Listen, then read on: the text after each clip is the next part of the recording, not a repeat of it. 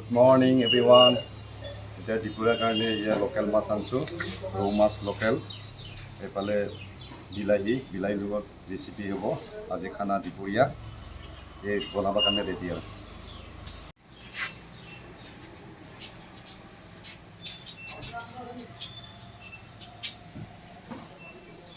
গৰম হ'ল। এতিয়া মাছটো ফ্ৰাই কৰি লওঁ, ধুনীয়াকৈ একদম ফ্ৰাই কৰি লওঁ মাছটো।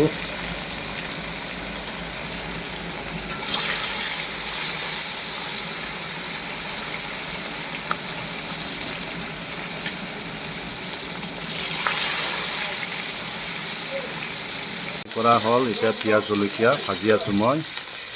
পিঁয়াজ জলকীয়া পূৰা ফ্ৰাই কৰি ল'ম আগতে। পিঁয়াজ জলকীয়া দিয়াৰ পিছত মছলা দিয়াৰ পিছত এতিয়া বিলাহীও ভাজি ল'ম।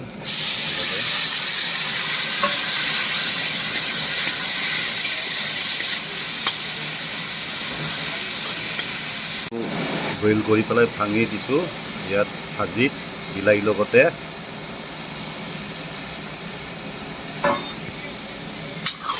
পূৰা ভাজি ল'ম, বিলাহী আলু গুড়া কৰি ভাজি ল'ম পূৰা। মাছ ভাজা হ'ল, পূৰা মাছটো ভাজি কৰি লৈছোঁ আগতে। ভাজা হৈ গ'ল, এতিয়া পানী দিলোঁ আৰু এই পানী দি আছোঁ মই।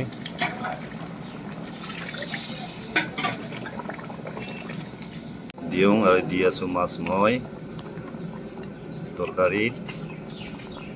এই মাছৰ তৰকাৰী মই প্ৰায় হৈছে বনোৱা। বিলাহী আলু মাছ পূৰা ৰেচিপি হ'ব আৰু পানী শুকাব দিম। হৈছে আৰু প্ৰায় বনোৱা।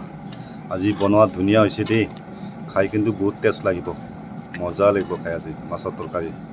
মই নিজে বনাইছোঁ।